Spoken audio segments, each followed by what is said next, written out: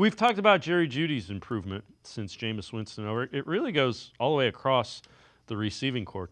Elijah Moore yesterday, 8 receptions, 111 yards, first ever 100-yard game as a Brown. David Njoku, I think he had 17 targets in that game. That's kind of what happens when you throw the ball 60-some-odd times. Jamari Thrash made plays. Michael Woods made plays. The bottom line is when a quarterback is making receivers, pretty much all of them, better, that's the guy you should kind of think about building the offense around.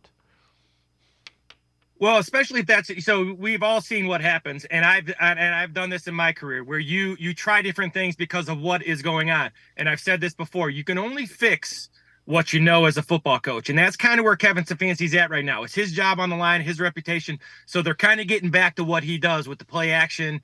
Even though Dorsey's calling the plays, the last couple of weeks you see a lot of what Kevin Stefanski has done over the last couple of years.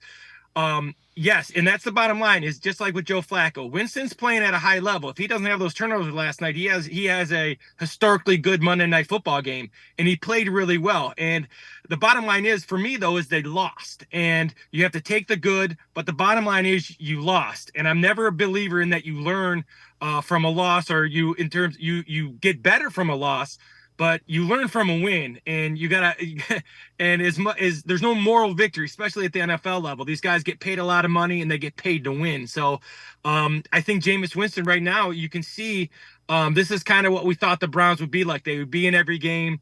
They would be functional. And once again, this is for me. This has been a square peg in a round hole. It just hasn't worked with Deshaun Watson. I love the trade when they made it. It just hasn't worked.